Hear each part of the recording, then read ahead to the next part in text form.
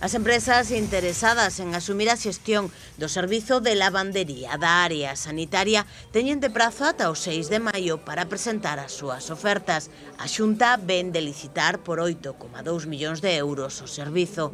O contrato inclúe a recollida, pesada e transporte da roupa dos hospitais públicos de Verín e Valdeorras e o Universitario de Ourense, ademais doutros centros sanitarios. O adxudicatario deberá recoller a roupa sucia nos puntos habilitados ás horas indicadas e realizar o transporte ata a lavandería para o seu tratamento.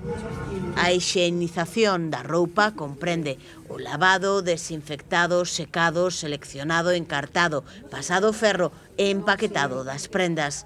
Unha vez hixienizada a roupa, deberán clasificala por pezas e empaquetada, clasificando os artigos por tallas ou dimensións, separando as que precisen reparación para entregalas á unidade de costura, ao igual que as que precisen darse de baixa ou transformación para outros usos.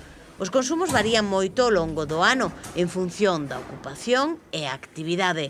Por exemplo, tan só no Hospital Universitario de Ourense, o consumo de uniformes pode variar entre os 200 ou os 700 ao día que se clasifican polo código. Esta variación é común ao total de roupa a procesar, pasando só en Ourense dos 6.000 kilos por día a 3.000 en períodos de baixa ocupación.